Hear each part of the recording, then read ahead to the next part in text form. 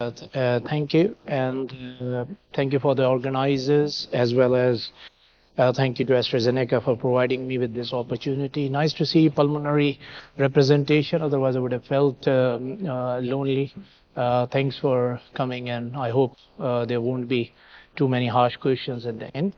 The talk, I think it is a bit of similar nature to what we have been discussing recently, but to those who are expecting something molecular and something more researchy, I'm sorry for that. I'm a clinical person, so the talks that I heard before, I don't think that goes in line with that. It is more to do with what we see in the clinics more. So let's start. The objective is to understand the effect of adjunct therapy. As we are all aware that severe persistent asthma, uh, in step 4 in the GINA guideline, we have now adjunct therapy options with different biologics. To understand the effect of benralizumab in moderate and persistent severe asthma with type 2 inflammation. Um, so what I would do is simply take you to a couple of case studies, and these are the in last 1 year what I encountered, a couple of cases, and then few slides about real world evidence and conclusive remarks. So case study number one, a 57-year-old gentleman, a lifelong non-smoker, non-intermittent asthma symptoms since young age, but not been on any regular treatment or follow-ups, and mainly relying on PRN use of inhalers in the past. Then he had COVID-19 infection, which was mild disease, but according to him, he continued getting more symptoms, and that's what we saw in our clinical practice, that people who had milder form of allergic asthma or atopic rhinitis, they started getting more and more symptoms. So he was one of those who was getting more troubled. No admissions to the hospital, but various clinical attendances, and his overall steroid burden was very high in terms of usage of parenteral steroids for asthma exacerbation. He had a lot of nasal symptoms, and they were more prominent since COVID-19. When he was seen in the clinic, he was well in himself, but overall asthma control was poor. He was on a good dose with good technique of ICS LABA combination with Montelukast and nebulized bronchodilator therapy at home. So what next? Obviously, with every asthma patient, we do detailed history assessment in terms of their triggers. Uh, he had variable compliance, adequate technique of inhaler. He had a lot of atp to dust fumes and smoke. He was obese, and he had a lot of symptoms of gastroesophageal reflux. Seasonal variation of symptoms that goes with his diagnosis of asthma and known hypertensive.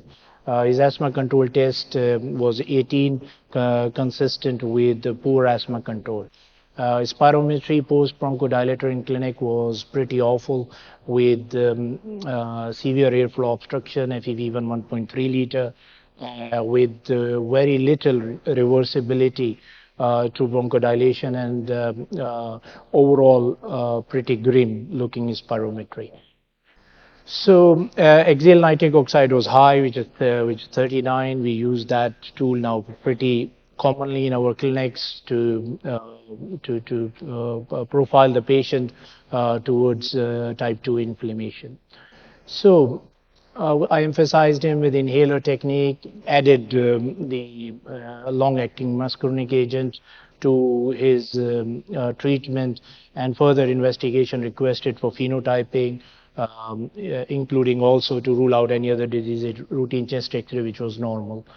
So He was seen further at 8 weeks, frequent nocturnal symptoms, one further flare up out of our clinic attendance, fully compliant and technique was adequate, asthma control test still with poor control asthma, Ig level mildly high on 125 and with eosinophil count of 700, exhale nitric oxide still high at 39. Spirometry is still pretty poor, though slightly better than the last time. FEV1 of 1.66 with 54% ratio obstructive. Now, this guy was struggling with asthma control for a while and a lot of steroid burden with the base of all that. We counseled him and started him on eosinophilic asthma pathway with benralizumab. So benralizumab 30 milligram once 4 weekly was added after counseling this patient and follow up at 3 months after 3 doses of benralizumab was arranged. At 3 months on benralizumab, he was completely asymptomatic. His asthma control test was better, though still mildly low. Spirometry is still struggling, though better than before. Eosinophil count was 0. FEV1 1.80, 59%, so improved, but is still not there. But overall, he is much better. So we reduced to maintenance dose benralizumab 8 weekly at that stage. He was seen as 6 months post benralizumab, that is around 3 months ago from now, completely asymptomatic. Asthma control test 24, spirometry improved to 70% FEV1 and exhale nitric oxide of 22. So that's my first case where I would not say that complete clinical remission achieved, but I think that a huge improvement in somebody who was taking a lot of steroids in the last 1 year. He hadn't had a single flare up with no use of parenteral or systemic steroid altogether, with benralizumab every 2 months.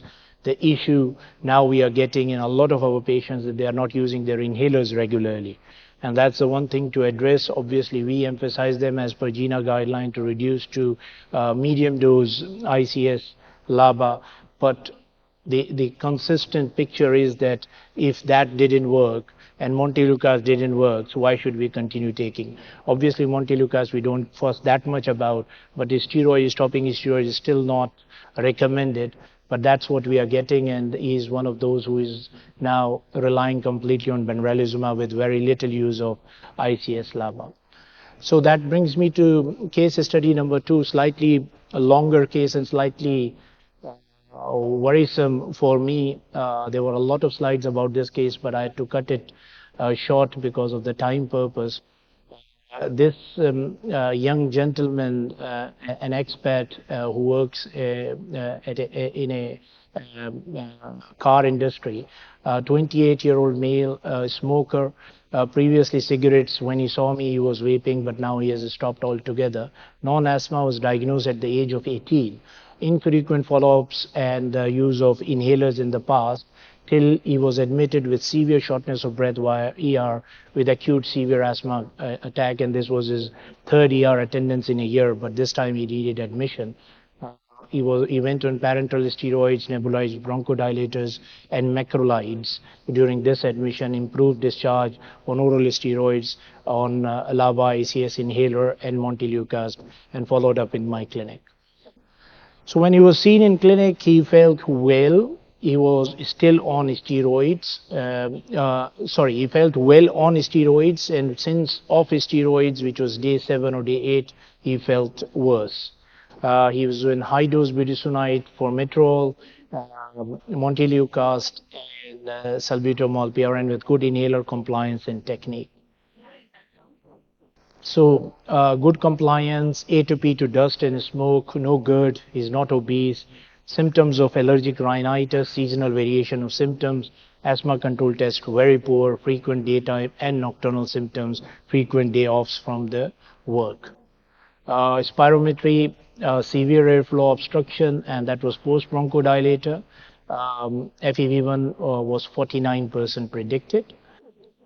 Nasal steroids, antihistamine, tiotropium were inhaled, were added, and at that time also requested ENT, but he never turned up in ENT clinic. So that was his regimen, and he was followed up. He felt worse, nocturnal day and nighttime symptoms, 4 weeks off steroids, good inhaler compliance and technique, asthma control test 13, IgE level was high, 337, CBC normal, and eosinophil count was 0.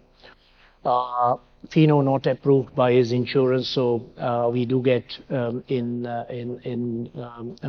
medium grade sort of insurance population that Pheno don't get approved, and we cannot do that.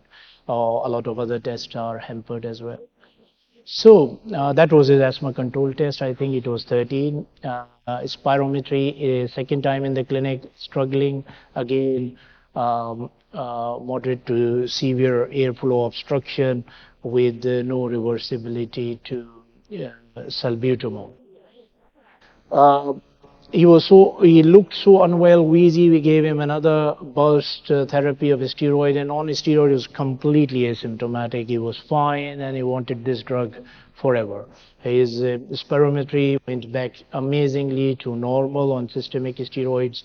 FEV1 is 5 and 115%. So a very happy chap on a steroid, but as long as you get him off systemic steroids, not responding, though he was on high dose steroid inhaler. So try to wean him off steroid over next 10 days slowly, advised to increase steroid inhaler to 2 puff 3 times daily for now, review in clinic. Again, feel worse when he was off steroids, a lot of symptoms, asthma control test poor, not able to perform spirometry, peak expiratory flow 50% predicted, good inhaler compliance and technique. Uh, Raised IG level, poor asthma control. So at that time, with normal eosinophil, we got uh, I mean, a lot of struggle to get approval for omalizumab, because thinking that it is IgE mediated asthma. So we started him on omalizumab according to the weight and IgE levels after counseling, and followed him at 1 month. Uh, Felt unfortunately same nocturnal cough and wheeze. One more day off from work, asthma control test slightly improved, but demanding steroid all the time. To an extent that I think over the counter he bought some steroids and used as well in between. Uh, I persisted because it was only 1 month. We are just early days with omalizumab. We continued. So his FEV1 showed some improvement, so I had a hope that get him better. 3.5 months post omalizumab, he was seen in urgent care with acute exacerbation, and routine bloods urgent care, which this time it was first routine blood off steroids, and his eosinophil count was 8% at 1000, and he was on omalizumab but not on steroids. So usually we don't do spirometry, but I was in clinic at that time, so I thought it would be useful that on omalizumab off steroid we get his spirometry, and that was struggling at 68% FEV1, and we know that on steroid this guy's capability is 115% of his FEV1. So oral steroids were added. Obviously he was very unwell. Uh, Again, eligibility of benralizumab, the insurance straight away rejected. So this is one of my first patients. We applied FAST program Axios via AstraZeneca, uh, and continued him on omalizumab at that time with prednisolone 15 milligram. He was absolutely fine. But then at 5 months, uh, bit of insurance hindrance, bit of patient reluctance, we stopped omalizumab, awaited for benralizumab approval, and prednisolone as low as we could go was 10 milligram, and continued rest of the treatment. He was well on 15 milligram altogether, good inhaler compliance and technique. Started on Fasenra first dose, then reduced prednisolone on 10, and then later on after 1 month on 5. asthma control test 24, eosinophils count 0. He still sees me, I think he's 12 months now post benralizumab. Completely fine, no exacerbation, spirometry within normal, and 8 weekly Fasenra he gets still. That's in his 8-month post Fasenra benralizumab 8 weekly. So, I mean that those were the two cases from recent past that re-emphasized the role of eosinophil. We all know a lot of time we have these asthma cases whereby we call it overlap, but is it really overlap? I think one cell or one molecule dominates their asthma. It is just to find out which molecule is dominating their asthma. The catch in this case was that when he was on oral steroid, his eosinophil count was 0, and could be his asthma all the way through was eosinophilic, not IgE mediated, and that's what very nicely proven in the previous studies, that eosinophilic phenotype is most likely present in 84% of the patient with severe asthma, and increased peripheral blood eosinophil count is basically a very bad news for asthmatic patients. Then real world evidence is coming further, showing that either the biologic naive patient or biologic experienced patient, when we change to benralizumab in eosinophilic asthma cases, they not only reduce annualized exacerbation rate, but as in my patient case, they are free on oral corticosteroids around 48% of the time on from the baseline. Again, Zephyr 1 showed the reduction in annualized exacerbation rate from switching the right patients, and that's very important. Switching the right patient from the other biologics have achieved the clinical remission and reduction in annualized exacerbation rate in statistically significant numbers. Lastly, Shamal, a randomized multicenter open-label phase 4 study, has addressed our concerns about reducing the the inhaled corticosteroid.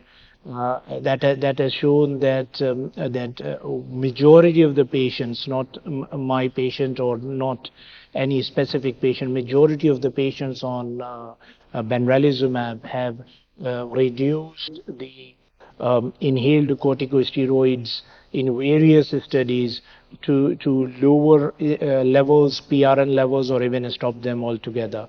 We do not recommend that.